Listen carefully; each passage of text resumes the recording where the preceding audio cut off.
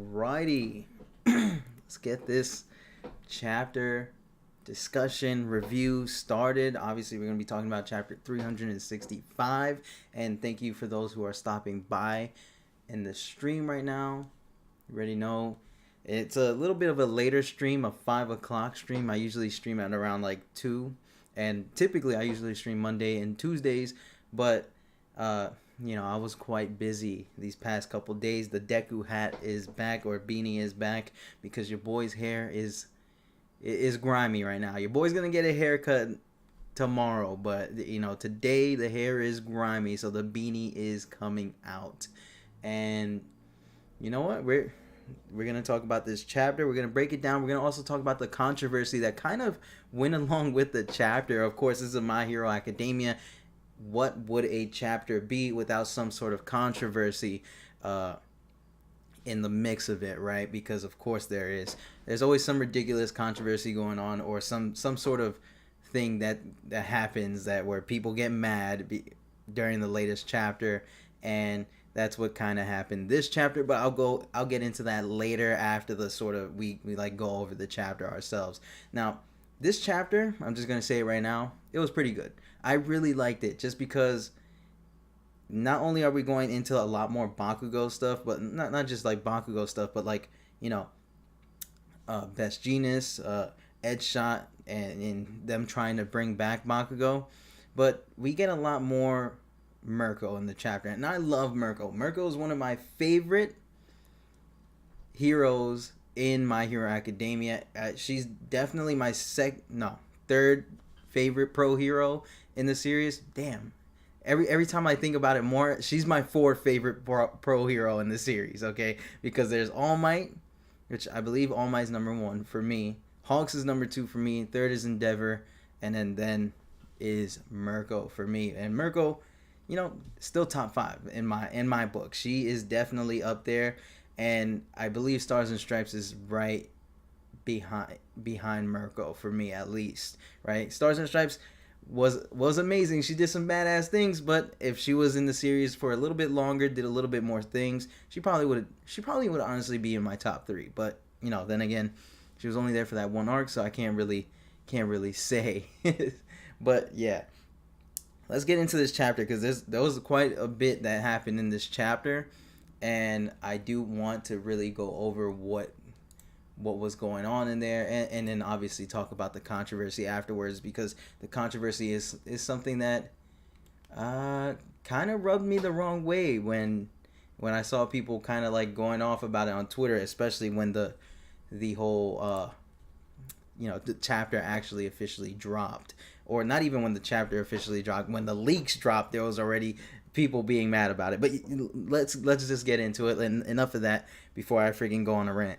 So the chapter pretty much opens up where it left off, with Edgeshot going inside of Bakugo. Now this is pretty cool, because Edgeshot, we get a lot more like of a description about Edgeshot's quirk, Folder Body, and how he basically can just turn himself into mini threads, and he can control it, right? Like we seen him do it back during the Camino arc, where he like ran through a bunch of villains, not even just any regular villains, but like the League themselves. Like he just went straight through them, and I believe even in the war as well, he did the same exact thing. So it's cool to see that, not only do we get like, even like I believe we do get like a little like flashback or a panel showing him doing that, unless that was the last chapter and I could be mistaken. But it's cool that we get more of this description as of what his quirk is and what his special move is, which I believe it's described at the end of the chapter. So I'm sorry, I'm fumbling right now because a little bit kind of doing this on the spot, but he can turn himself as thin as a spider's web, which if you really look at a spider and you look at a spider web, like just the one line itself, and not even like talking about Spider-Man or anything like that, right? Because his webs are thick, But like a spider itself, like a regular spider, those threads are so thin and like skinny, right? That it's crazy to just like picture in your mind and see visually that Edgeshot can turn himself as thin as a spider's web, which is kind of insane when you think about it. And he also like does this thing where he like he compresses himself to the point where none of his guts spill out. So he won't die when he does this move, which I like that he's very skilled and has trained his quirk to the point that he can get as thin as that and not really harm himself, because we'll learn later in the chapter that when he does this like very special move, he gets so thin that it drains his life away, and he can hold himself so that to the point where he's not dying as fast, but he's still dying, right?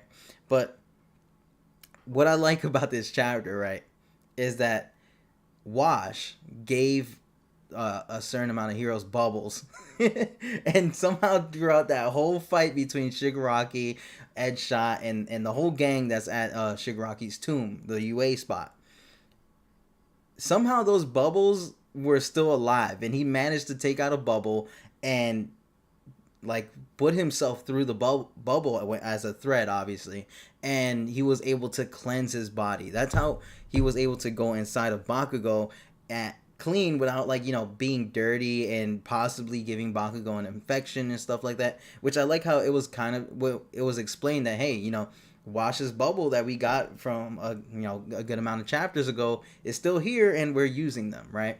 So I think it's cool that they're doing that. Like, they're not freaking like, I'm going in there mad dirty and I'm probably going to end up killing this kid anyways because he's gonna get an infection that is going to violate himself, right?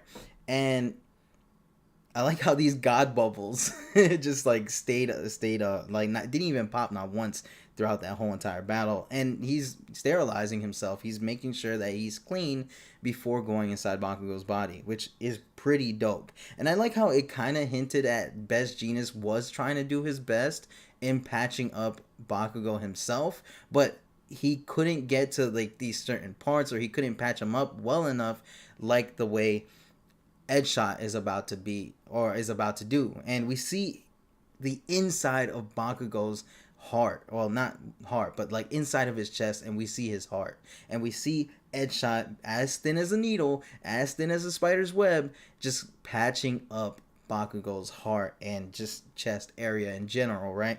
He's patching it up to the point where they will be able to resuscitate him. They'll be able to do CPR. They will be able to try and bring back that heartbeat that was lost.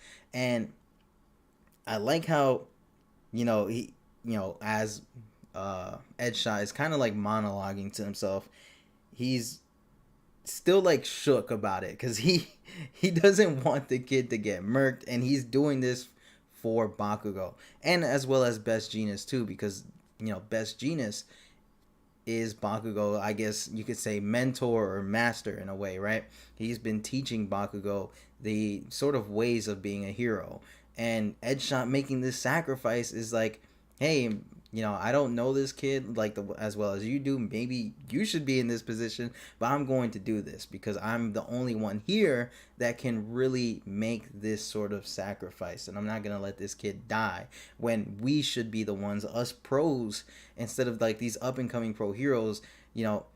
We pros should be the one risking our lives and dying almost like the way this kid has, right? Or has already died. And I kind of like that,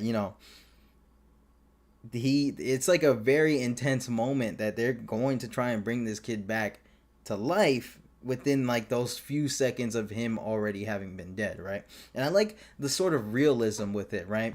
Not only did Edgeshot cleanse his body so that way he's sterile, so that way he can do this sort of operation on Bakugo's heart, but I like how instead of like it taking multiple chapters till somebody decides on what they're going to do with Bakugo, they actually do it really quick, and that's kind of what I like. I know there's people that have their problems with the chapter. Well, when it originally happened, right, when they said they were going to bring him back, I know people had their problems with that chapter. I know people don't like that Edshot is the one that is making this sacrifice and the way they're bringing him back, right? But I do like the sort of realistic aspect of, getting it done now rather than later. People were kind of upset at the fact that, hey, Bakugo died in like 2 chapters ago, at the time, right?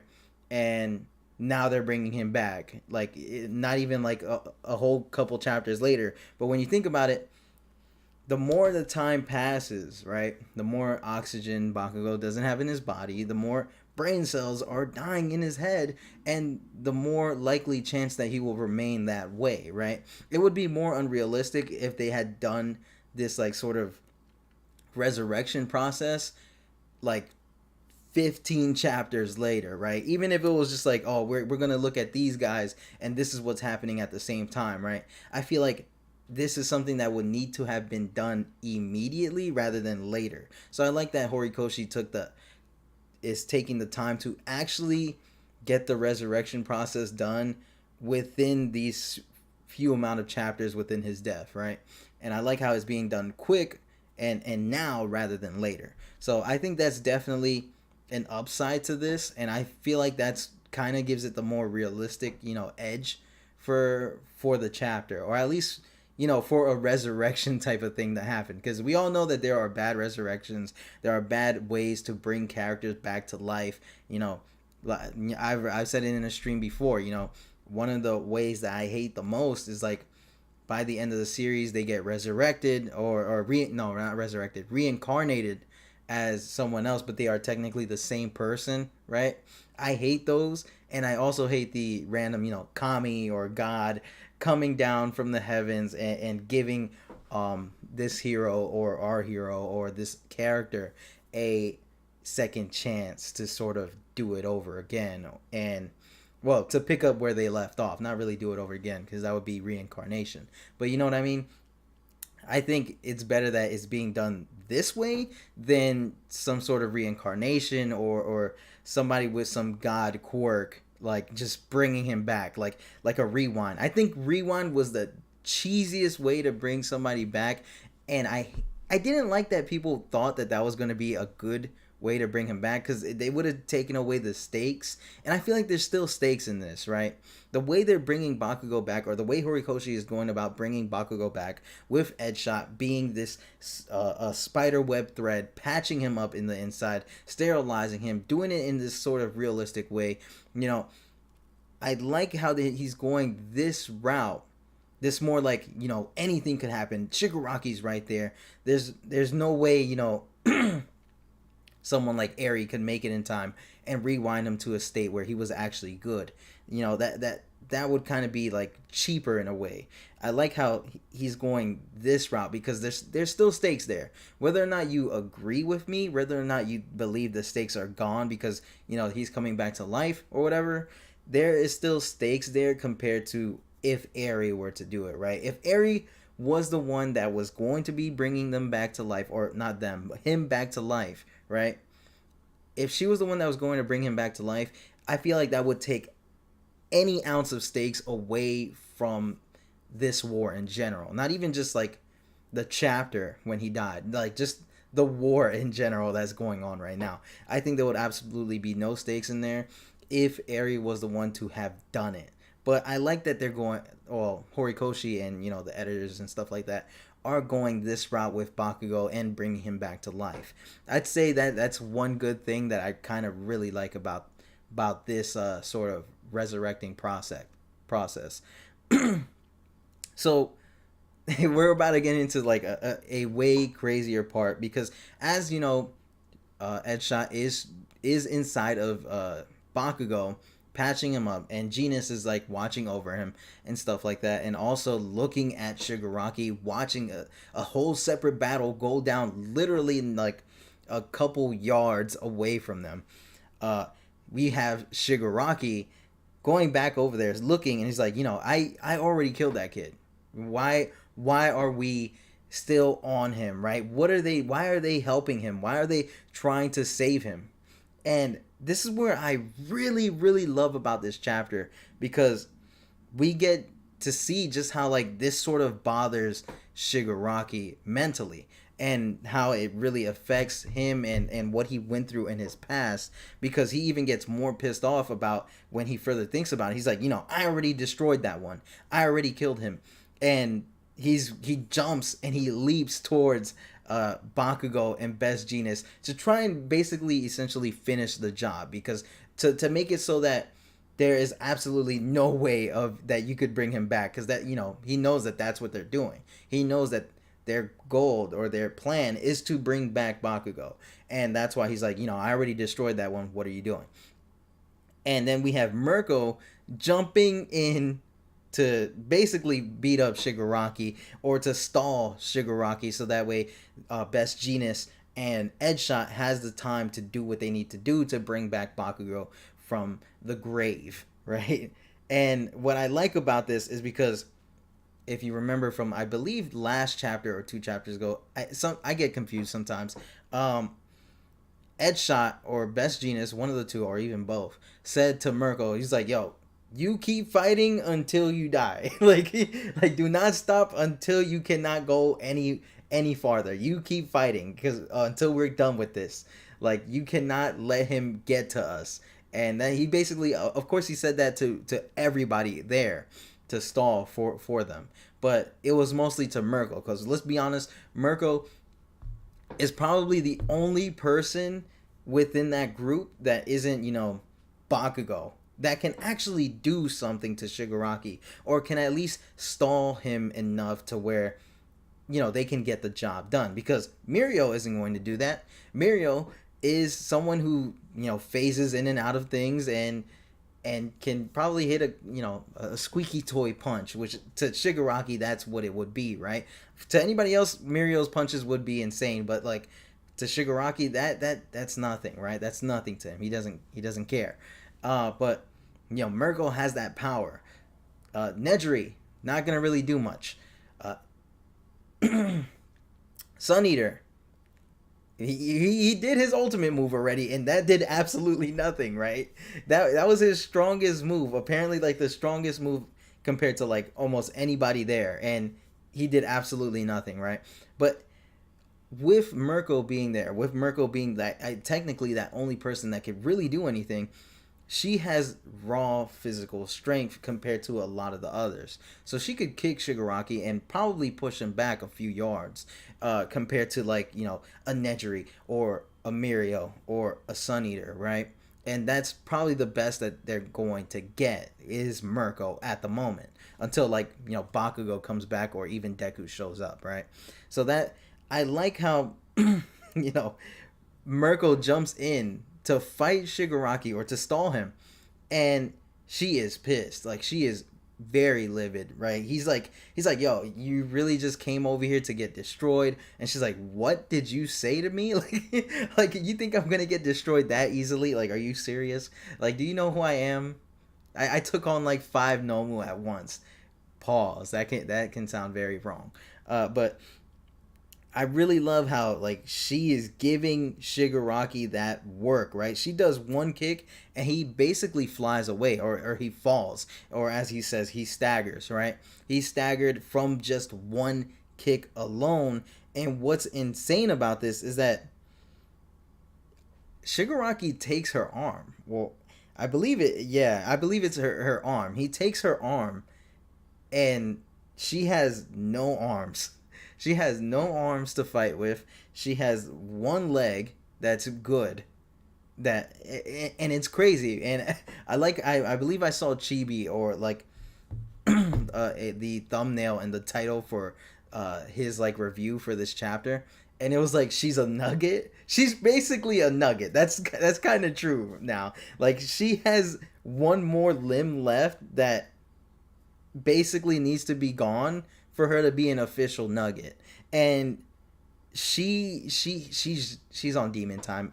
She's literally a demon this chapter, because no matter how many limbs he took away, which he basically took away all her limbs at this point. Like, she is still running towards him and charging him and fighting him. And I love that, like, she's talking mad trash to Shigaraki, like, oh, that was so gentle, like, yo, like, oh, that was gentle, Mr. Demon Lord. Like, she basically called him soft. Like, whatever he was doing was soft, right? Even though he took her arm, he was still considered soft to Mirko, which is like, that's disrespectful. If I'm gonna be honest, if Mirko is saying that to you, you're definitely soft. So, but what I really like about it, right, about Mirko jumping in, and even about Mirko losing her arm, her other arm, we see Best Genius is like sends those wires and wraps them around her arms and I believe legs to stop the blood flow from her body, so that way she doesn't bleed out and die, right? I like that. That's a cool little touch or detail that Horikoshi added in for the chapter, because you know, typically when we see like in I guess you could say in other animes or and stuff like that, right? You don't typically see other characters caring that they're losing a lot of blood. And Mirko is one of those characters. She doesn't care that she's dripping or oozing out blood to like the gods right now, right? Because that's what she's doing. She lost an arm. Her other arm and body parts are messed up, right? She's bleeding everywhere and she doesn't care. That's not stopping her from attacking. So Best Genius, a side character, a side character in this fight, right? Sees this happening, sees that she lost an arm, and he quickly makes a quick split-second decision to make sure that he wraps wires around Mirko's arm while she is, or arms and you know, body in general, so that way blood flow stops and then she's not completely dripping and oozing out and leaking blood, because obviously she could die from that. She could die from just a massive amount of blood loss. So it's cool that, you know, Best Genius had that quick thinking in mind to actually do that. So I really like that about that chapter, especially Genius, because it shows that even though in this big fight, you know, he's still thinking level headed in a way. Like everything they do in this fight is important, because one mistake could lead to basically them losing the fight. So everything counts, and I'm glad that Best Genius had the thought process to be like, you know, let me wrap her up while she's fighting, so that way she doesn't just collapse mid-battle from blood loss, right? And I love how even like in that fight, even when she's in like her little nugget form, right? It's kind of messed up to say, but Mirio actually shows up and does something, right? He distracts Shigaraki, he covers his eyeballs, and Mirko has the chance to do an attack. And what I love about this is that she does a pretty cool attack that I think has only been shown in this chapter alone. Like, this is the first time we see it, and she does a Luna Rush, and with just like one leg, and I think that's even just her broken leg as well, because that leg does not look right?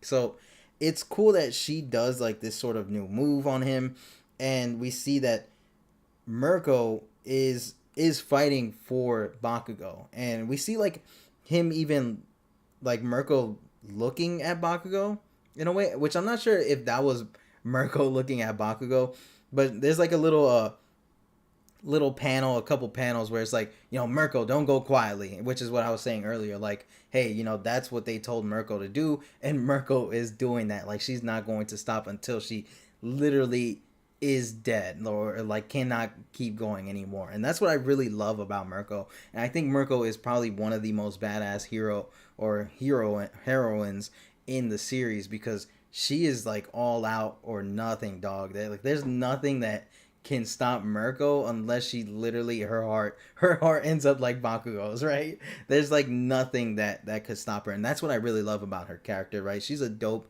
female character, and that's what I kind of like about My Hero in general. Like, the characters are cool whether or not they're male, female, it doesn't matter.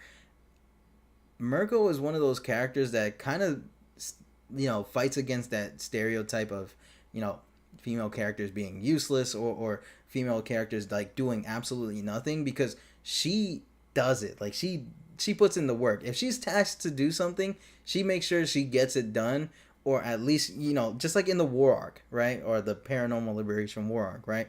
She got it done. Her task was to destroy the tank Shigaraki was in, and she did it. Whether or not, like, you could technically say she failed, because she in reality did, but she did succeed in her mission of breaking the tank, and Shigaraki for a moment was technically dead during that Paranormal Liberation war arc. So that's what I really like about her as a character, is that she gets shit done, or like, she's gonna die trying, which is what I really love about her. And so getting back to Shigaraki and how he was like, what the hell, I already destroyed them, why are they going so hard for this kid? And it's cool that we see him like sort of having this flashback, and he gets to the point where he's like, I wasn't broken, which broken to him is like, he's how he said, I broke that already, or I already destroyed that, right? And when he's talking about himself, he's like, I wasn't broken back then, but it's not like anybody reached out a helping hand to me. And that's what I kind of really, really like about this chapter, because we get to see more of how Shigaraki truly hates how things have happened to him in the past, and why he wants, and his goal is to destroy the Hero Society as we know it, or as everybody knows it, because nobody was there for him as a kid. Things could have went different, and we've seen it before in the Meta Liberation arc, right? It's like, maybe if somebody would have reached a helping hand to me, things would have been different. And we see sort of like that, I guess you could say, theme being played along throughout many chapters already, ever since the Meta Liberation army arc, right? Where it's like, if somebody was there for Tenko when he was a kid, when he was roaming those streets, we probably would have never gotten Shigaraki. And it also does play into the DID thing, the Shigaraki having dissociative identities sort of thing. But it's cool to see that it's like, why are they helping him but nobody wanted to help me? What was the difference? What's the difference between him and me? Right? I was a kid then. I wasn't necessarily evil back then, but nobody was helping me. Right? Nobody wanted to reach out a helping hand to me, but they're reaching out a helping hand to this kid who is already dead, right? I wasn't dead, but nobody helped me. He's dead, and everybody's risking everything to help him. So I love how we are getting this sort of vibe, not just vibe, but like we're seeing just how deeply this hurts Shigaraki on a like a bigger scale. And it does sort of reinforce his idea of like, he is technically kind of right to believe that the Hero Society and needs to be changed and needs to be destroyed, right? And I am working on a video where I go over how the villains are right and everything, and it basically just boils down to society failing these villains, and how is the reason why they turned into villains. So it's, that's kind of how the chapter ends, with him just getting tight. And of course, it ends really cool in a way, like what do you say, the Quirk Doomsday Theory sort of thing. Like, his body is evolving, and with his memories and him being like triggered by those memories of nobody helping him and stuff like that, we see like his body is forming his family. Like, he's making like these little finger clones of his own family. And what I found very interesting and what I saw on Twitter is that somebody pointed out that the old lady that didn't help Shigaraki when he was a kid is also one of them. And I find that very interesting, because you do see the grandma, you do see his mom, you do see his grandpa, you even see his father, and then you see his sister in there. And then in the back you see like the sort of like the old lady that was going to help him, but then was like, oh, I think there's a hero over there because you look kind of creepy, I'm not gonna help you anymore, right? You see that old lady there, and it's kind of cool that the people that didn't help him are being reflected as these sort of, I guess you could say, meat clones of them. Like, these are the people that should have helped him but never did. And it's cool that his family is in that sort of group, because let's be honest, all of his family members could have done something to prevent almost everything that went down, right? Why was nobody telling his dad to chill? Why did it take until like he got the meanest beating of his life, from going into his office and seeing the picture of his grandma, his hero grandma, Nana Shimura, right? Why did it take till that point for them to say something, or for them to try and put a stop to something, right? And and it's crazy that, like, that shouldn't have happened. They should have been put a stop to it.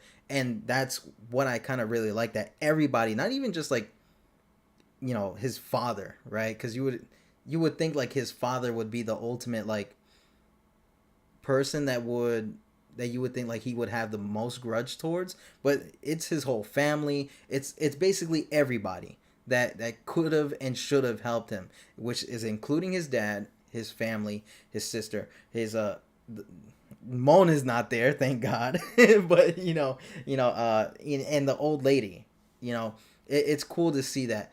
And I'm kind of, I wonder, right? It kind of makes me wonder. And even though we do see it in the beginning of the series, where he's like, very dependent on All for One, does he really like have some sort of gratitude for him? Because we know that he does hate him.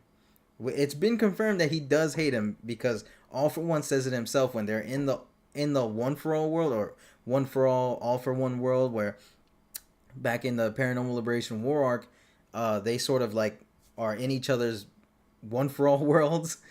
And All for One, when he's like fusing with Shigaraki back then, he was like, oh, I almost forgot that you hate me too, like you really hate me. And I wonder, like, since All for One was pretty much technically the only person to reach out to Shigaraki or to Tenko or whatever, right? Whichever alter you want to go with, does he feel some sort of gratitude towards him? Or does he really hate that his whole life just went down this path? And I'm hoping we get to find out more about that. I'm hoping we get to see a lot more from Shigaraki, how he feels about this whole situation, and just, everything in general. So that's pretty much like my thoughts on the chapter. I'm going to get into the controversy that surrounded the chapter this week, which is kind of like the basic, MIrko thing. But I'm gonna read some of the chat for a little bit, which shouldn't take long because there's only a couple chats in here. But I do want to get into that because that did kind of bother me this week when I saw the way people were reacting to this chapter, or how people felt reading this chapter, because it wasn't even just like, oh, the chapter's bad, or the chapter's good, or but this and that, right? It was just straight up, Horikoshi is this, that, and the third because MIrko got hurt, right? But I'll get to that in a second. Let's read these chats. How messed up would it be if Edshot's sacrifice heals Bakugo, then we see Shigaraki charging at Bakugo when he wakes up, just for the first thing he sees is Best Genius taking the hit for him. Oh, that that actually sounds very, very interesting. That's a soda, guys. I don't want like nobody to think I'm drinking alcohol live or anything like that. But that's a Malta. That would be insane. Honestly, I could actually picture that happening, like him waking up. Like how you see in those like animes and movies, like where we see the POV of like somebody's eyes opening, right? I could see that happening in the chapter. But like not even just like Best Genius just taking a hit, but like Shigaraki's arm going through Best Genius. I think that would be insane, right? And like the meme is with Best Genius, right? Best Genius just always is getting murked during everything like that big that's happening. Remember Camino, he got absolutely violated. Um, as soon as he healed up, he got violated by Hawks. Then he had to heal up even more. I don't even think. I think that whole year with Best Genius throughout that whole year, throughout you Class 1A's first year of being hero trainees, right? Best Genius has taken L's left and right. Like he was on constant healing, like constant recovery. Like that man got no breaks, and he was still. And no, not even. He only came back like towards the end of the war arc, which is insane. But I think it would be.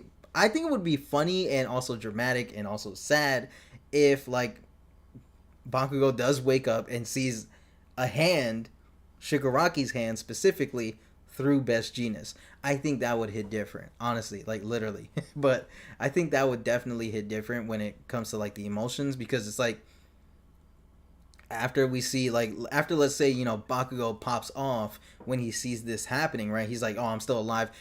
Oh my god, Best Genius is what's going on right now. I have to fight, right? I think once he sees like that, and once he pops off or whatever, and then afterwards, like the other people are distracting Shigaraki, he goes to Best Genius and is like, why, what happened, and then they have a heart to heart, and then maybe Best Genius passes away, right? I think I could see that happening, and I think that would hit really emotionally, especially not only to Bakugo, but the fact that he will also learn that, hey, Edgeshot sacrificed his life and is inside of you right now, holding your heart together, so that way you can keep on the fight. And he's also gone, right? He's also gone. He's not coming back.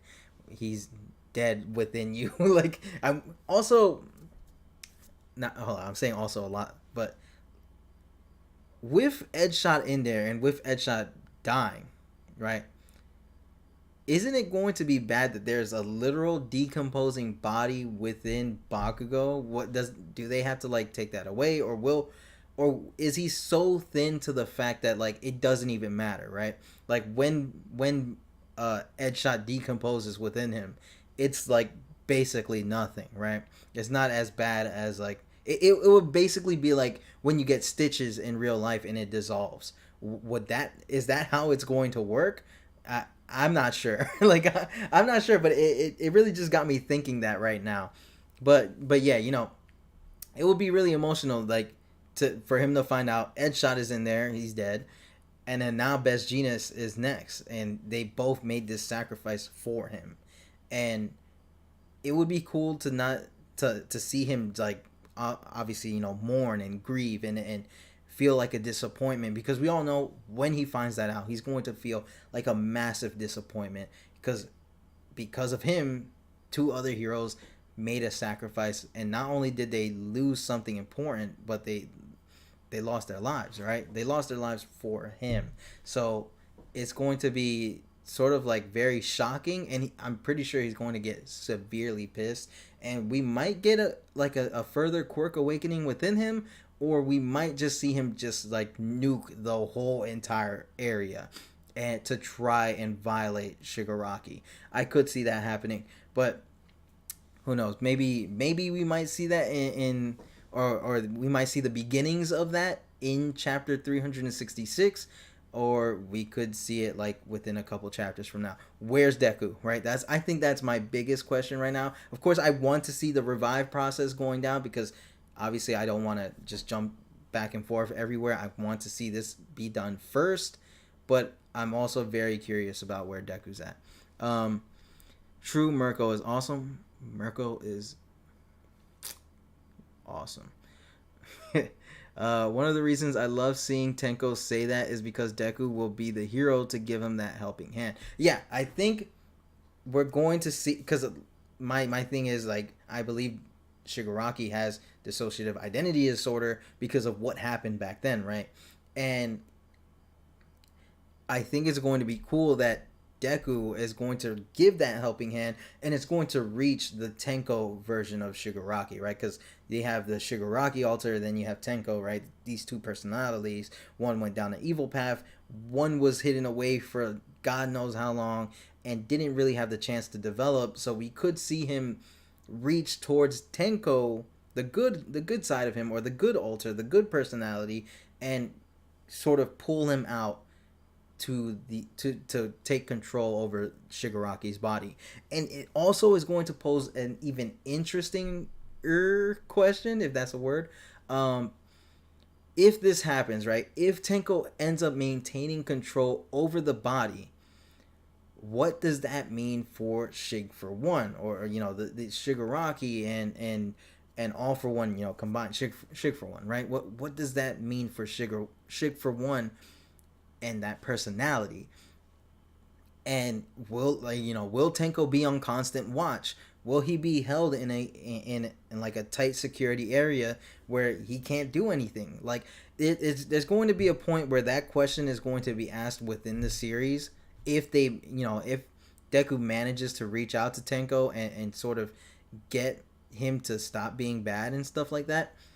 If that happens, that question is going to be brought up, because what if Shig for one takes over again, and then we get another big event happening where he's back, right?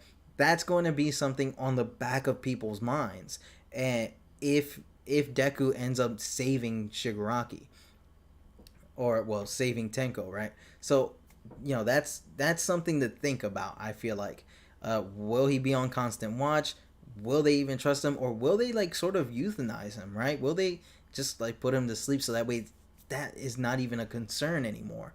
And we could see that technically happen, because we know the Hero Commission has done some pretty shady stuff when it comes to like wanting to put people away or make people disappear. And we could see something like that happen afterwards, like after the war, when it comes to Shigaraki and how people react to Shigaraki like still being alive. If this is just a big what if, like if Deku does reach out to Tenko and like save the day by having Tenko take over the body instead of Shig for one having control over the body. We'll see. We won't know until like, I guess, the arc officially ends and we get our answer. But that's something to think about. That's something to theorize of a what if. Like, what if this happens and this could potentially happen? But yeah. Oh, we live? Sheesh. Have you read Vigilantes? I just started this week on chapter 51 currently. Yeah, I've completed Vigilantes. I love Vigilantes. Vigilantes is definitely one of my...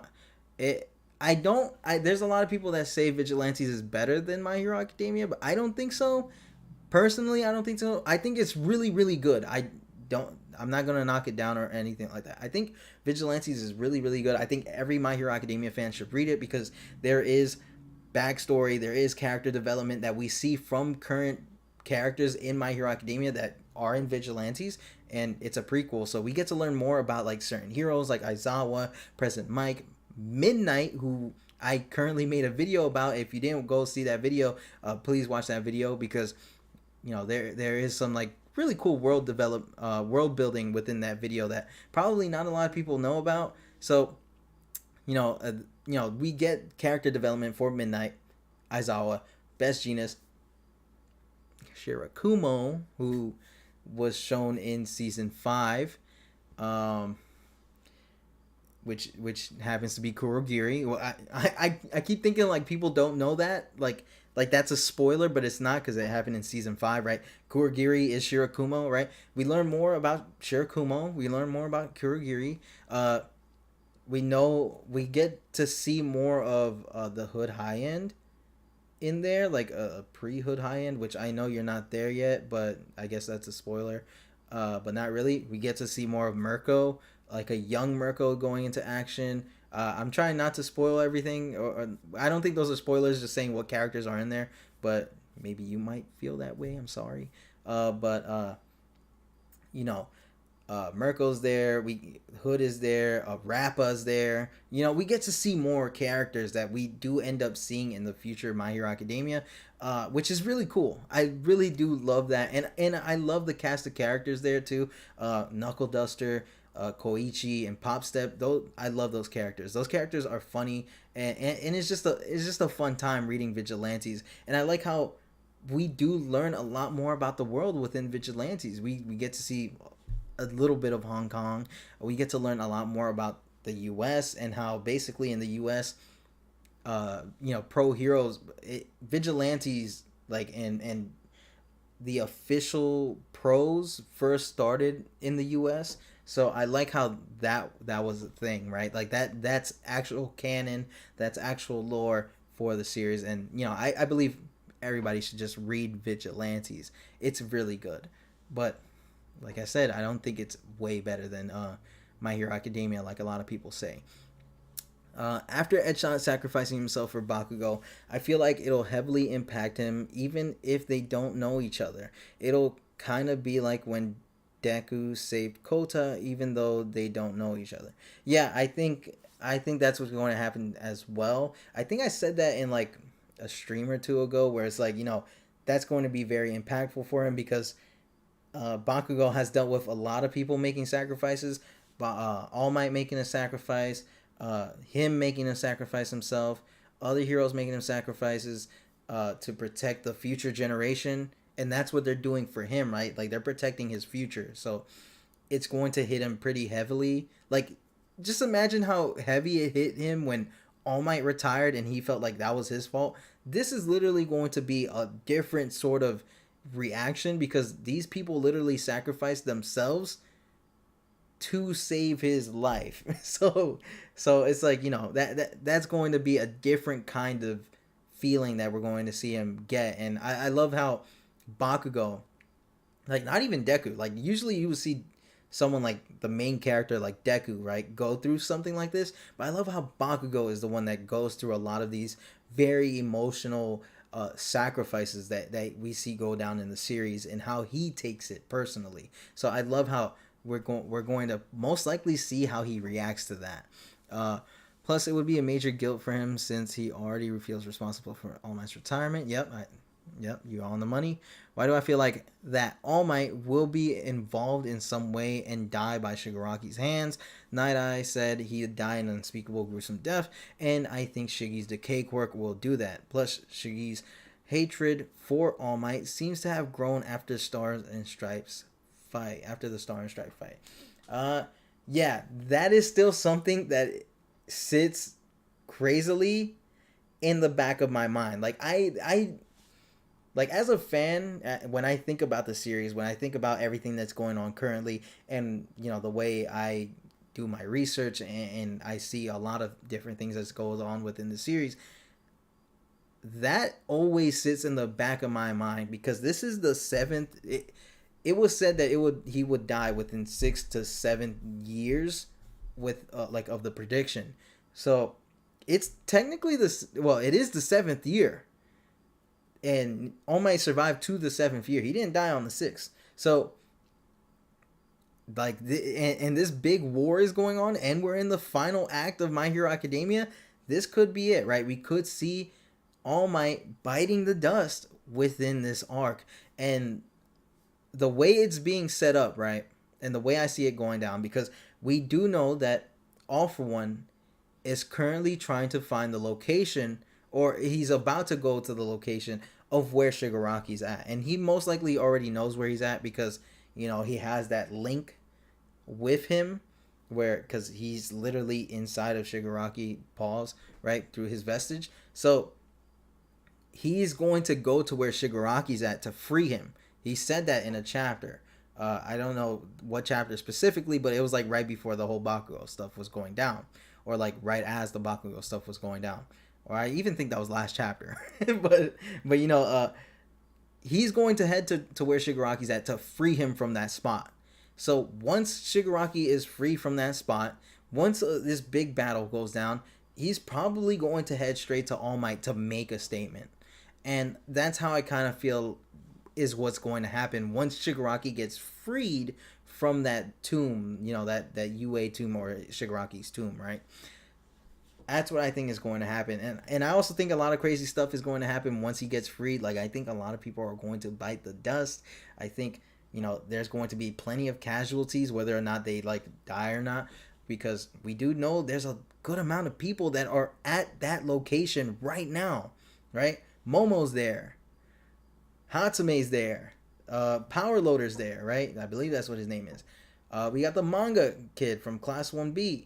You have plenty of actual kids from Class 1B there, and you have other students there. But Kaminari is also there, right? He's powering. He's making sure that the grid surrounding the UA tomb stays on, right?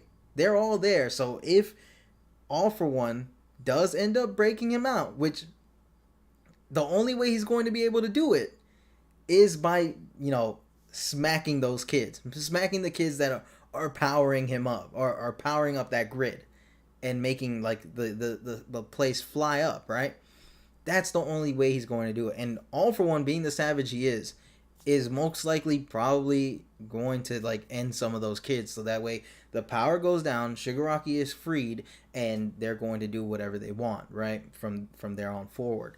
And that there's a lot of implications, there's a lot of things you could like think about when it comes to that. Him going over there to free him, he's most likely going to succeed in doing that, and Shigaraki is going to like cause havoc. Him and Shigaraki's going to cause havoc. Well, maybe not more so All for One, because he did state that he was going to die. Like the rewind was going to rewind him from not being existing, or not existing anymore. I couldn't speak right there.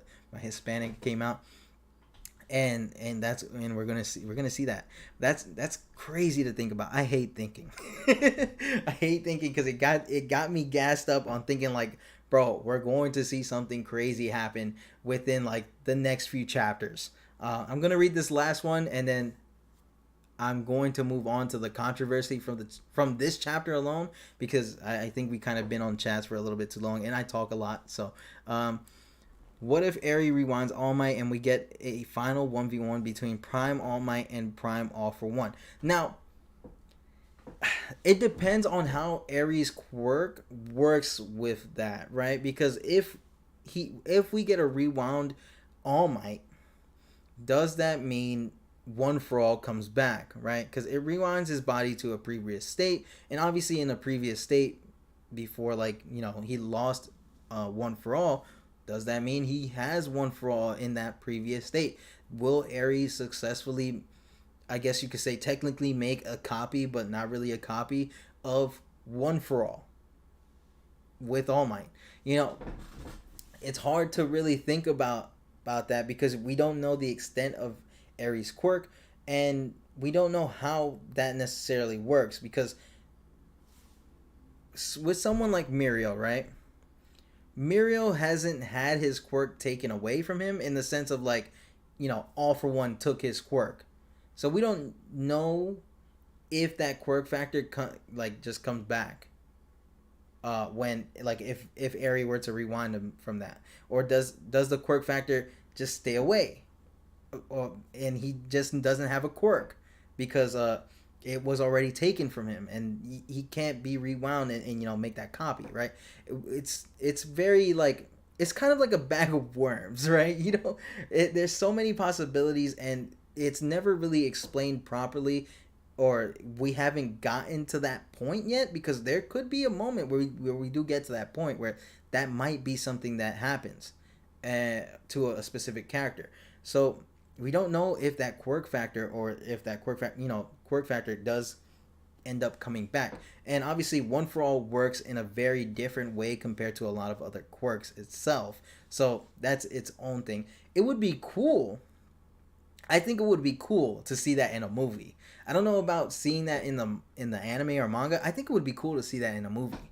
Like, we get All Might gets rewounded back to that previous state. We see him get his quirk back for just that movie, and then he loses it at the end of it. Like, he's only rewounded to a point where he has like 8 minutes of One for All or something like that. I think that would be cool.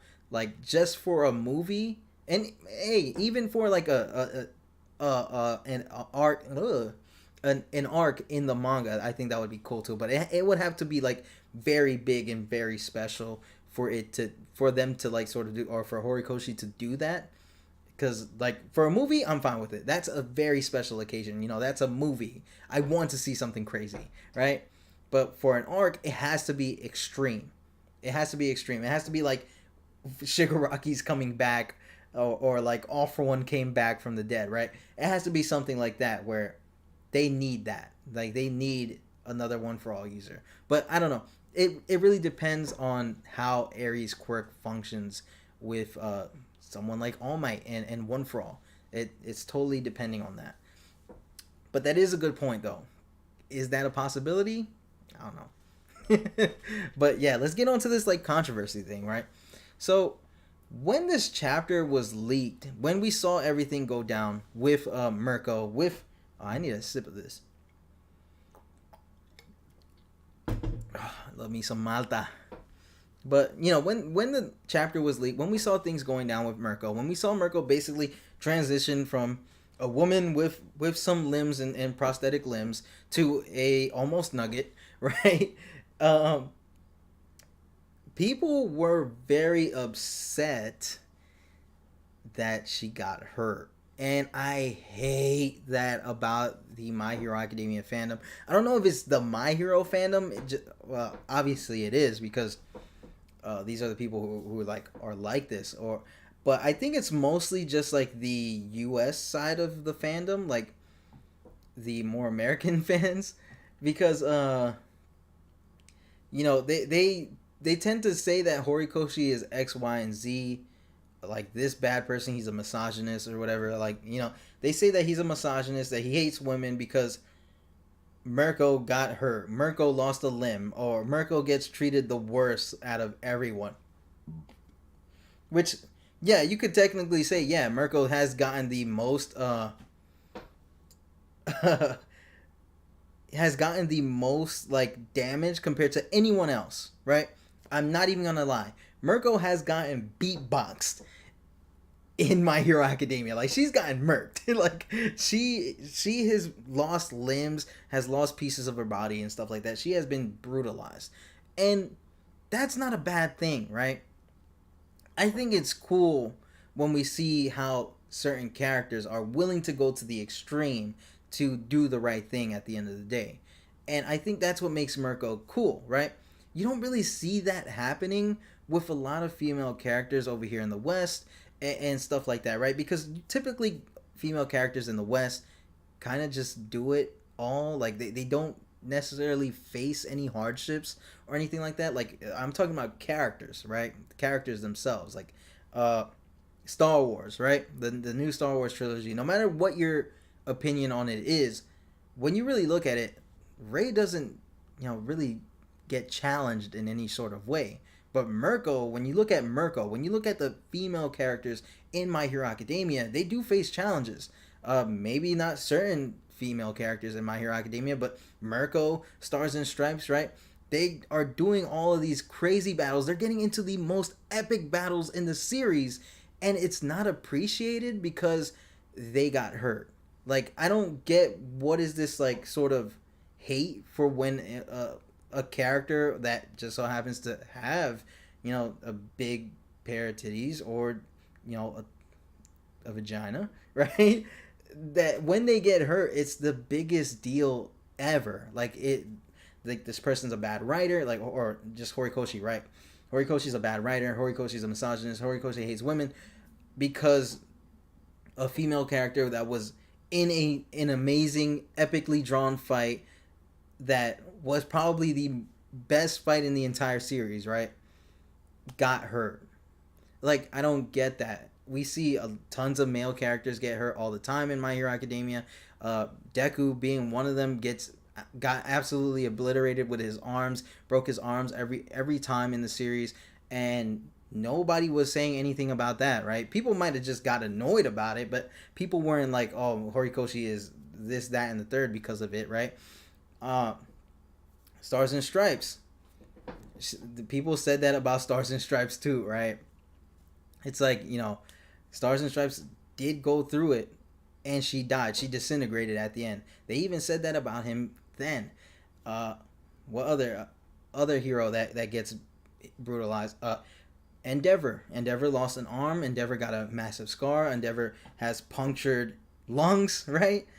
And that's a character that got brutalized, that got hurt. Best Genius got brutalized. All Might got brutalized, right? He lost all of his internal, well, not all of it, because how would he still be alive? But he lost a good amount of his internal organs with his fight against All For One. And nobody's saying anything bad about Horikoshi when it happens to them, but when it happens to female characters, it sort of like, why? It's sort of like everybody rages. A lot of the My Hero Academia fandom hates that. A lot of My Hero Academia fandom can't stand to see when a character like that, who happens to be a woman or a female or whatever, right, or whatever you want to go about it, gets hurt. And I hate that. I hate that because I love how Horikoshi just shows that there is that sort of equality between these two these two types of heroes, right? Endeavor's going to Endeavor's risking his life and Mirko's risking his life. They're both doing the same thing. They're both getting hurt. They're both doing whatever it takes to get the job done. But when one gets hurt, it's bad. I don't know. That's kind of like the controversy that happened with this chapter. I don't know if anybody else saw that go down, but obviously I'm on Twitter sometimes. I don't tweet anything on Twitter because I hate Twitter, but I go on there to see how people are reacting. And when this chapter came out and when I saw Mirko get damaged, I'm like, I kind of already saw it coming. Like I kind of already saw that people were going to act this way. But I don't know. What do you guys think about that? I personally think it's a ridiculous thing to be angry about because I think it's cool. I think it's cool. Like I think it's cool that they not only I think it's cool that Mirko has one of the best scenes, not even best, but probably the better scenes than any male character in the series. And I believe that's a fact. Well, I guess aside from Stars and Stripes, because I think Stars and Stripes had the best fight in the series hands down, but that's me.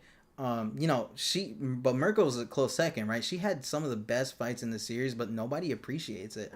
And I think it's kind of sad.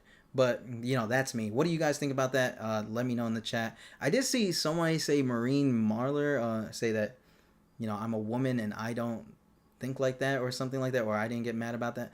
I guess your message, you took away the message. But, if you do think like that, then I'm glad, because I'm glad that there's actual, people from the West or a lot of people from the West that actually do feel like, that's kind of a ridiculous thing to sort of be angry about, because it does show that sort of equality between it, between the male heroes and female heroes, or males and women in My Hero Academia specifically, right?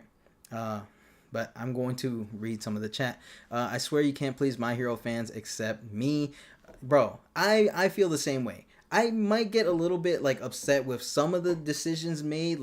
I'm like, maybe the Horikoshi shouldn't have done that, or I'm like, we'll see where it goes, right? That's kind of how I am. I don't necessarily get upset with things, cause I like to be critical about things, and I am very critical when it comes to certain things about My Hero Academia. I mean, if you've been around for season 5, I was shitting on season 5 and the animation and stuff like that, because I want My Hero Academia to prosper. I want My Hero Academia to be the best it can be, and season 5 just wasn't that. I mean, I'm hyped for season 6, bro. That trailer was amazing, but like I'm saying, I'm definitely one of those fans that I like a lot of the things that come out of My Hero Academia, and I think My Hero Academia is one of those stories that is just super well written, even now. Even when My Hero Academia right now is getting the most hate, I still think that the story flows great. Yes, I feel like there should have been a little bit more time, a couple 50 chapters ago, where they should have taken the time for the students to grieve more. But that's pretty much it. That's kind of where I'm at with that, right? That's my biggest criticism of the series so far. But a lot of people just hate All For One. A lot of people hate this, hate that, hate Horikoshi, and it's bro, why are you? I think it's pretty good. I don't see anything wrong with it personally, but it depends from person to person. I can't believe people are mad because she got hurt. At this point, I'm convinced most people just want to hate on the series. Seeing Mirko like that against the most dangerous villain and still fighting is so awesome to see. That's exactly how I feel. I think it's so dope seeing Mirko just doing something insane like this, right? She's not a main character. She's not one of the top three characters in the series. She's just a pro hero. She's like, I believe, the number 5 pro hero, right? She's a pro hero. She's basically a side character that is loved by the fandom, and she is doing these top tier crazy things, and it's not appreciated. Why? Well, bro, why aren't people bringing this up when it came to Deku getting his limbs obliterated every time, or when Bakugo got skewered in the last war and got a hole in his chest by Shiggy? That exactly right. But it seems like when it happens to just like these two women characters, it's a big deal. I don't know. That's just me though. I'm also the same way in the manga. I didn't like how Horikoshi put Hagakure at the end of the chapter uh, of 305, pulling a fake out on the trader. I I actually thought that was pretty like a funny fake out, if I'm going to be honest, because it also is like if you really look at it, there was the theory that was like the end of the chapter was actually us seeing Hagakure through Aoyama's belt. Like that's why we saw her at the end of the chapter, and why she was outlined and looked the way she looked, right? And I thought that was a very interesting theory that is like that kind of makes sense. Like, we see All For One like going or staying into or staying staring at towards UA, and then we see Hagakure, and it's like, why do we see Hagakure? And we do know a character that always has that his support item on, which is Aoyama and his belt. So he most likely just saw through Aoyama's belt, which is probably what he got from All For One himself anyways, right? So I think that I think that was a pretty funny and sort of like, I guess you could say, bait and switch thing that happened, but it does kind of make sense when you kind of look into it a little bit more. Like, they were all there in that room when they heard things going down, so it's cool that the basically what you have to like guess or theorize is that, hey, we were looking at her through Aoyama's belt. So that to me I kind of did like that little fake out. I'm not gonna lie. Even though I got played by it and I made a theory, like two theories on Toru being the traitor, but it was a good fake out. I'm not even mad, honestly. I personally think it would have been better if Horikoshi made All For One say, "I have friends to spare," with the last panel of the chapter 305 being the UA building and not Hagakure faking us. But I also agree that it was funny. Yeah, you could. Yeah, you got a point. The other thing I was criticizing was season 5 for My Hero Academia. However, I think the first arc was good, but then things after that went a little left, if you know what I mean. Yeah, I love. I actually love the joint training arc. In season 5, I think season 5 joint training arc was done really well. Yeah, but after that, it kind of just like fumbled. All right, so one last thing before I end the stream. Season 6 of My Hero Academia. So I believe like last week, or I made a post about it. I shared it in the community tab. But a new trailer dropped. The third trailer for My Hero Academia season 6 dropped, and it was insane. I already know what's going to happen. I'm pretty sure we all know what's going to happen. This has been a manga only stream for the most part. So we're all caught up with everything. But it was good looking. It was really good looking. I love seeing like the little moment with what's her name? Mount Lady and Gigantomachia, and like that we technically that was going to happen, right? That was going to be what we were going to see in the trailer, and I think they showed like a little bit of that. They also showed some Dabi. They also, well, not Dabi. We all know Dabi's my favorite character, but we also seen a little bit more of like the villains, what they were doing and stuff like that. We even got to see, I believe, Shigaraki like doing his thing. It was awesome just seeing everything go down. Like, I can't wait for this actual season. You guys already know that I'm going to be doing a anime versus manga comparison for the season. I'm going to try and get that done this season. I'm going to try and do all 24 episodes, which I believe is what it's going to be. 24 episodes like the rest of them. Hopefully not no 12 episode bullshit, but but you know, I'm really hoping that this is going to be amazing, and I can't wait like to dish those videos out. I also believe I'm going to New York Comic Con on the 9th on a Sunday, and some of the My Hero voice actors are going to be there, and I don't know if I'm going to talk to them or anything like that. I don't know if I'm going to get anything signed, but I do know I'm most likely going to be there, and I might get to see some of them. I might get to ask a question or two. I don't know. Don't expect any sort of video like that to happen. I'm not promising anything, but I'm really excited for that as well. Maybe there might be something going down there because it is a Comic-Con. We might see something go down within there, but I do remember there also being something that's going to be happening in November when it comes to anime and stuff like that, so we could see some more announcements for My Hero Academia. And I don't know, it's just season 6 hype got me like going crazy right now, because I'm very excited for a lot of things that are going to be happening. Happy, I can't speak, that's how excited I am. But you know, I'm very excited for like what's going to be going down this season of My Hero Academia, because I do feel like we're going to get some cool announcement in between, or just, you know, there's just going to be a lot of discussion, there's going to be a lot of talk about the season. I can't wait for the Dobby reveal. Honestly, that's going to be my favorite episode hands down, if it's done correctly, right? If it's done trash, I'm going to be upset, but you know, I'm looking forward to it.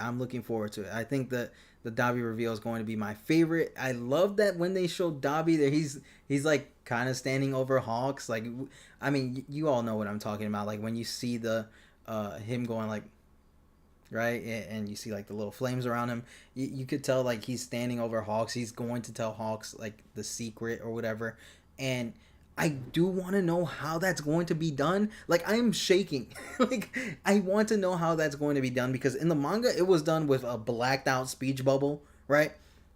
Is he going to say it? Is he going to say it for in the anime?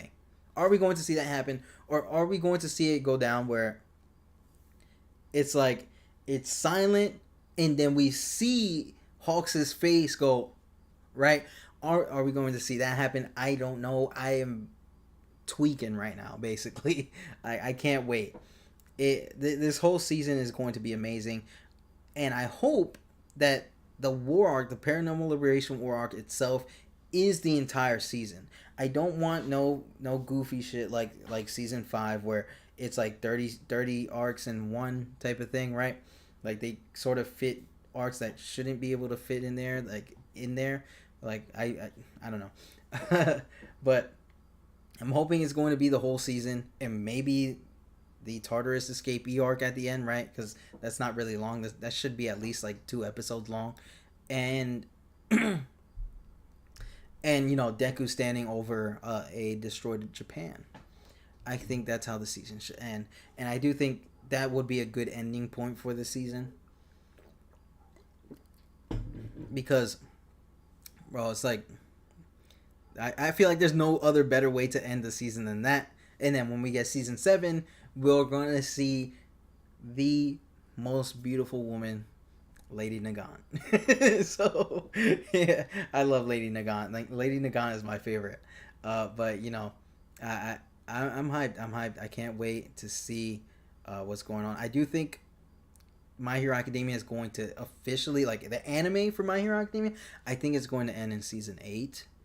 The way things are going, right? Like, doing the calculations in my head, the last season should be the war arc, the all-out war arc, and season 7, like, this is just me talking ahead and talking on my ass, honestly, but season 7 should be the, you know, Lady Nagant, the Tartarus escapees, Lady Nagant, and Stars and Stripes. I think that's how it should be. And maybe if you want to get spicy, right? If you want to get really spicy, throw in the Aoyama stuff in there. Throw in the UA Trader. And then season 8 will be All Out War. So I think that's how it should be. But I don't know, right? I'm looking forward to this. Like, even though My Hero Academia is technically going to be ending this year or within next year, early next year, we still have a lot of My Hero Academia left to go. And that's just only anime side, right? Still a lot to go. But yeah, that's basically all I had to talk about for this stream. I can't wait for this season to start on the 1st. Season 6 is going to be a blast. I already know I'm going to have a lot of fun with you guys. There's going to be tons of shorts. There's going to be tons of videos dropping within, I think, October alone, right? Because that's when the season pops off. And it's going to be epic. I'm going to read the last little bit of the chat, and then I'm going to end the stream and have the send-off. But let's see. I'm so freaking hyped for season 6 of My Hero Academia. It was so fire. That trailer was fire, I'm not gonna lie. Also, kind of off topic, but what if the UA Fortress does fall down at some point and Deku and Shigaraki's final battle is on or above the beach that Deku cleaned at the beginning of the season? That would be interesting. I don't think that would really happen, but I think that would be interesting, right? I think that would be an interesting location for them to fight at. But personally, I don't think that would happen, but I think that would be an interesting spot for them to fight at. That sounds very cool, honestly. I'm currently binge watching the entire series leading up to season 6, and I'll do the same for season 7 and possibly season 8. That is the way to go. I basically binge watch the series every time I make a video, so I binge watch it 24/7, 365. Because a lot of these videos do take a lot of research. Like I go inside my manga and I find certain panels just so I don't mess anything up, so I don't spread any kind of misinformation by accident. If I do spread some sort of misinformation, just know it was on accident, wasn't intentional. I might have just slipped up and I didn't get my facts straight from my stupid manga collection right there. But that's basically how it is. You don't understand how many times I read the first page alone of My Hero Academia just for certain videos, right? I probably read or reread that first volume itself over 100 times. So your boy be reading. Your boy be watching. Let's see. I missed your answer about reading Vigilantes earlier. Did you like it? If you read it, yeah, you did. I did talk about Vigilantes for a little bit, and I did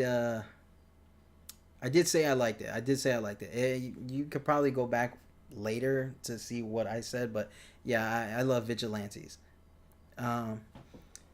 This might be a long answer, lol, but how would you... What's up, King?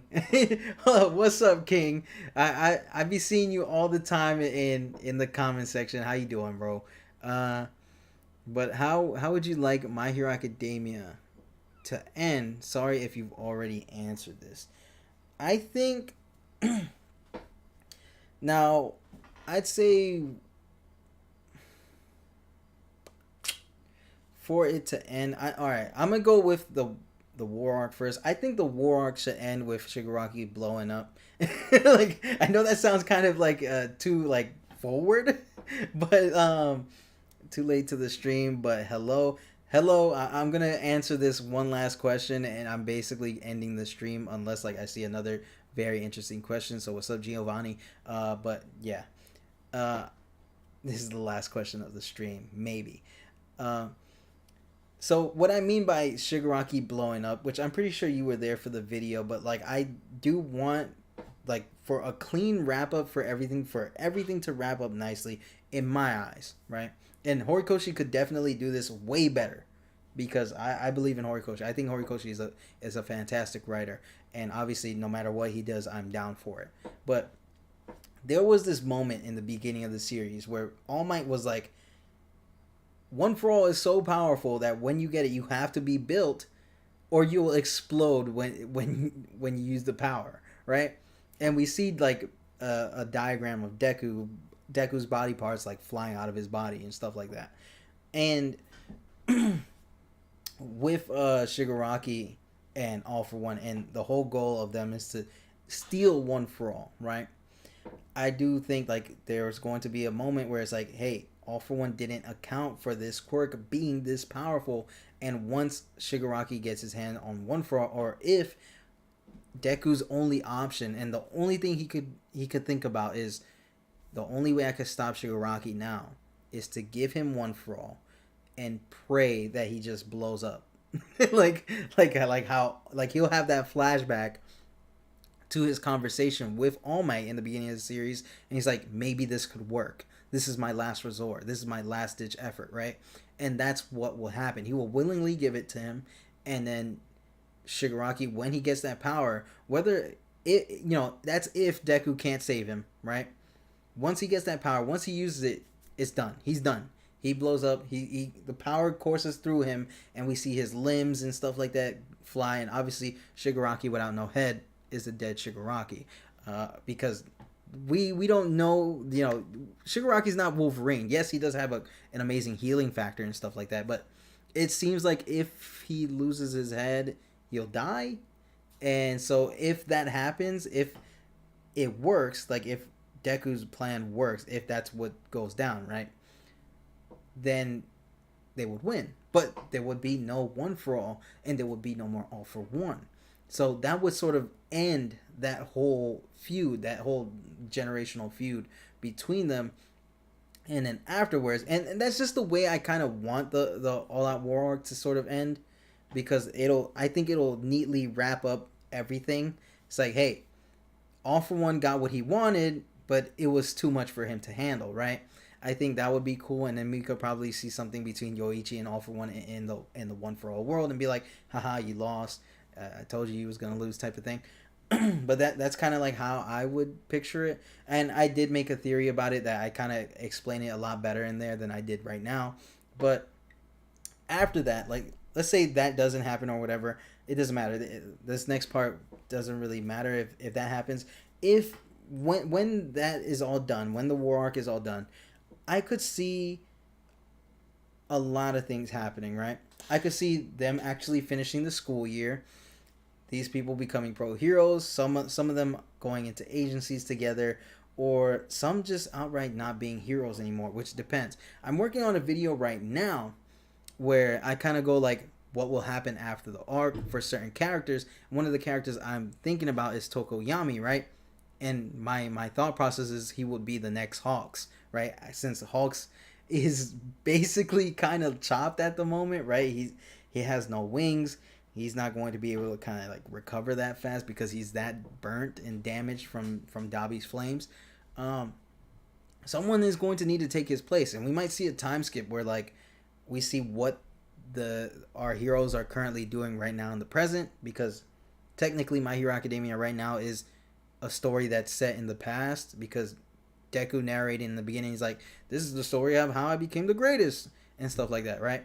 So we could see like what they're doing in the present right now. We could see probably Tokoyami is basically the next Hawks, right? The hero system is back. The hero system isn't corrupt anymore like how it was when they had Hawks and Nagant assassinating people, right?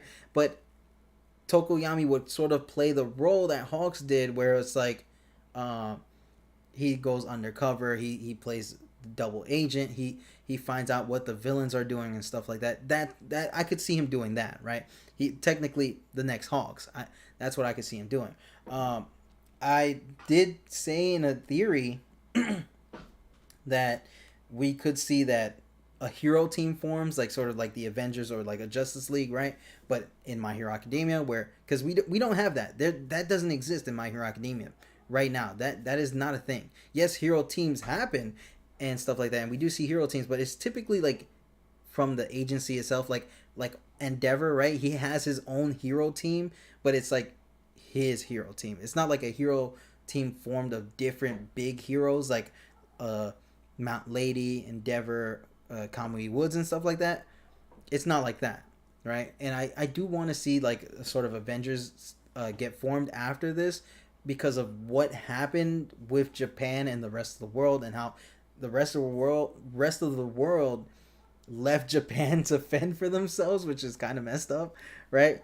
So I could see that happening where like a hero team gets formed, and we see probably some of Class 1A and Class 1B, and obviously other students and heroes from across the world joining in this sort of Justice League or Avengers type of team, and like going against the grain of their own governments and stuff like that. Yeah, to just for the better of the world, and obviously stay in line. But if a country needs that help, if they're going to go no matter what that country or government says, right? They're not going to be held back by that, because if they need help, they need heroes. So I think that's what's going to happen. uh I also think we could get like a teaser for like the next generation sort of thing, but that's kind of like as far as I've gotten of like what could possibly happen or at the end, or how I think My Hero Academia will end. I do think the most likely way it's going to end is we're going to see what happened with the characters after the war, like in the future. We're going to see how it's affecting them, or how it has affected them. We're going to see maybe some of them have settled down and had kids, right? We're going to probably see a lot of that. We're probably going to see a lot of that at the end of My Hero Academia, which I'm excited for. I'm excited to see that happen, because we could eventually see like a teaser for a sequel. And that is what I'm here for, man. That's what I'm here for. I'm ready for a sequel. I'm ready for not that I want My Hero Academia to end, because I could see it going on a lot more after this All for One. I'm hoping that this is just the All for One saga, and the sequel is just a whole different saga in general, like with not even just like a new set of characters, but like with the old characters guiding a new set of characters type of thing, right? Because Vigilantes and My Hero Academia, and I guess you could say Team Up Missions, right, could be considered the All for One saga, because it all has to do with like All for One, and well, All for One and One for All. And we could see it branch off to something else by the end of My Hero Academia, like it teasing a new sort of threat. So I'm excited. I can't wait to see what goes down by the end of this, by the end of the series, and I hopefully it does end in sort of one of those ways. But that's just in case. I don't know. I do think Horikoshi does know better than any of us, because it is his story. So whatever he decides to go with, whatever previews or like sneak peeks, or like hints of what might come next, or even how he ends it, like what characters get with whichever characters, or what they do after the war arc, I'm gonna be fine with. I'm gonna be fine with. I'm not gonna be one of those fans that have like like when you see with Marvel fans a lot, right? They hear a theory, and they say and that theory, like, it's like, oh, it should have been this way, and it shouldn't have been that, right? That's how I kind of like. I am not gonna be like that, right? I'm not gonna get mad that a theory that I came up with, or a theory that I saw on the internet, didn't happen. So that's kind of how it's gonna be. We got a super chat. Let's go, King. Thank you. I appreciate it. You didn't have to do that. Thank you for the super chat. Of course, any super chat happens on stream, I'm going to read it out loud. I'm going to prioritize those first, then the regular chat. But thank you so much for the super chat. You really didn't have to, man. I love talking about My Hero Academia. You could have just said it in the chat anyways. I would have read it. But I love talking about it, and honestly, you didn't have to. Let's see what you got to say. Cool theory. I like it. Looking forward to the video and future more. Thank you so much. Honestly, you kind of just made my heart race a little bit with it. Like that. Thank you so much. Thank you. I really appreciate that. You don't understand. Like, from the bottom of my heart, thank you so much. But yeah, I do have a lot of things planned when it comes to like videos, like the after the war videos that I do plan on doing, and just like other stuff in general. I do, like, let's see. I do have like a couple videos listed like that I do want to get into. I did remember saying that I didn't forget, because I know a lot of people do like to hold me accountable sometimes, like in the future. I didn't forget about the Todoroki video that I said I was gonna do about the trauma, and I didn't forget about the Shigaraki DID video. I'm working on those. They just take really long because I don't want to, get the information wrong and stuff like that. I have the villains were right. I have 5 quirks that would be terrible in real life, and All for One is a good villain, and anyone can become a hero video, which is kind of like goes over Deku and stuff like that. So I do have a lot of these videos listed out. They just take a little bit, and obviously I have a child, so like my hands get full a lot. But yeah, let's keep reading these. Hi Kitoroki. Hey DJ Ama Productions, Dajama. I'm sorry. I'm sorry. What's up, Giovanni? If Deku does lose One for All to Shig, how do you see him still becoming the world's greatest hero? Would One for All come back to him? No, I don't think it would be a heroes heroes rising situation where it would come back to him. I think it would just stay like that because he officially transferred it over, right? I hope it wouldn't go back to him like that. I do think like he would technically be the world's greatest hero because he stopped the world's greatest threat, right? The world's greatest hero stopped the world's greatest threat, and he would get that recognition because everybody knows now that he has One for All, right? So since they know that the One for All user fought the All for One user or whatever, right? The next demon lord, right? And he stopped him. Like if he obviously stops him and stuff like that, people are going to know. It's being recorded, right? As we know, it's being recorded, and it's just the word's going to spread, and people are going to make him be the world's greatest, right? They're just going to give him that title regardless of him still having One for All or not, because even like there's going to be statues made of him like All Might, and they're going to give him that title regardless of it because he saved Japan. He did what other heroes couldn't do, and he had the power to do so. And they're going to learn about his struggles. They're going to learn about how much responsibility he had on him and stuff like that, how he must have felt, and how he still persevered, right? And just like did the thing, right? He did what he did, and defeated All for One and prevented this sort of reality that could have been, right? That he prevented this sort of dark timeline, and he would be looked at as a hero by many for many generations and stuff like that. So that's why I think he would still be the greatest hero regardless of having One for All by the end of the series. But that's just how I see it, right? Superman dies all the time, and the homie he's remembered as the greatest superhero for making a sacrifice, right? They're going to know about the sacrifice of One for All, and they're going to be like, yo, he did what probably no one else could have. So I think that's how he's going to be remembered as the greatest hero if he loses One for All during that fight. I really need to see what happens these characters after the war. I'm pretty sure we will. Hey kid, how are you doing? Hi Travis, I'm doing great. Thank you for asking. To be honest, I can only watch you and Mighty Gazelle when it comes to My Hero Academia because I know you guys love the series, but also give it criticism when it's actually deserved and not just hate on it constantly for crap reasons like some do. Yeah. Like I take everything into account. I take a lot of other people's opinions into account. You could kind of say like I'm sort of like a middle person. Like I'm neutral. That's what I mean. I'm dumb. I'm very neutral when it comes to stuff like that because it's like, yeah, I can see why you're upset about this, but I also can see, I don't think you should be because of this, and that. And I'm like, hey, I kind of didn't like that either. And, I like I said, I just want to see My Hero succeed, and I'm very critical of it when it deserves it. Like not over some like silly stuff and stuff like that, like how a lot of My Hero Academia fans kind of tend to get.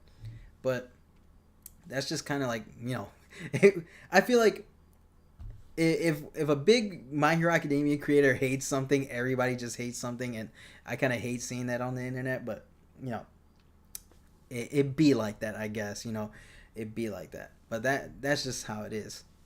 But thank you. I'm glad you can only watch me and Mighty Gazelle for My Hero Academia content. I don't know who that is. I actually probably do, but I just haven't seen it. But yeah, that's basically going to be the end of the stream. Thank you all for stopping by. Thanks the King for that super chat. That's, again, you didn't have to, bro. It's still very much appreciated though. I love it. Thank you. I love you. but you know, thank you all for stopping by. I'm going to be ending the stream. I'm probably gonna freaking like do something else. I'm gonna work on a video on the meantime and stuff like that, and hopefully try and get that out for next week. So yeah, thank you all for stopping by again for like the millionth time, and I'll check you guys out in the next stream, where I do want to go about since there's no chapter this week, next stream will be how manga is kind of destroying American comics. So that's going to be an interesting one. I did say I was going to do that like a couple weeks ago. Now we're going to get into it because there is a My Hero chapter break. So be ready for that. Should be a Monday, Tuesday stream. So be prepared. It's going to be a very interesting live stream, I feel like. So I'll see you guys in the next stream. Thanks for stopping by.